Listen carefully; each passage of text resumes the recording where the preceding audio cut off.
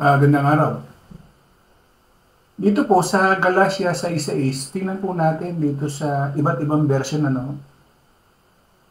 FSB.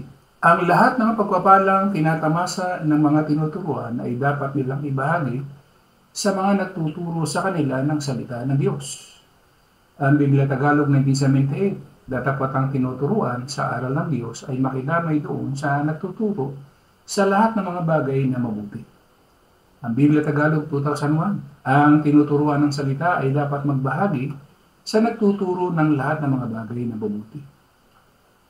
Ang ating Biblia 1905, dapat ang tinuruan sa aral ng Diyos ay makidamay doon sa nagtuturo sa lahat ng mga bagay na mabuti. SND, ang mga tinuturuan sa salita ay dapat magbahagi ng mabubuting bagay sa mga nagtuturo. SND, ang mga tinuturuan ng salita ng Diyos ay dapat na tumulong at magbigay sa mga nagtuturo sa kanila. Magandang balita, Biblia Tagalog. Ang mga tinuturuan ng salita ng Diyos ay dapat magbahagi ng lahat ng magagandang bagay sa mga nagtuturo. Sulat po ito ni Pablo doon sa Galatia.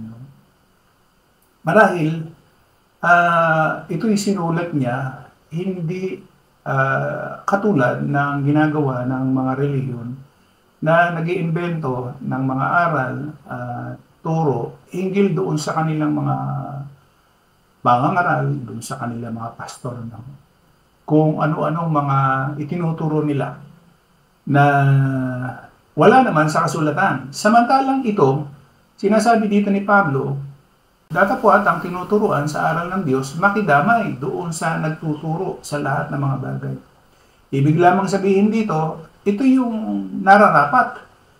Hindi katulad ng itinuturo ng mga relihiyon na kung ano-anong mga aral at doktrina pa, parililangin lamang yung mga kapatiran para doon sa ginagawa nilang mga sahod.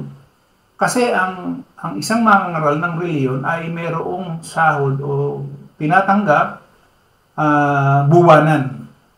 Dito wala hong ganun wala hong binabanggit na ganito. Kaya lamang ang sinasabi ni Pablo, ang lahat ng pagpapalang tinatamasa ng mga tinuturuan, dapat nilang ibahagi sa mga nagtuturo sa kanila ng salita ng Diyos. Ibig sabihin, magbahagi lang. Hindi katulad ng ginagawa ng mga reliyon na talagang mga mangangaral ay meron ng nakalaan na buwanan.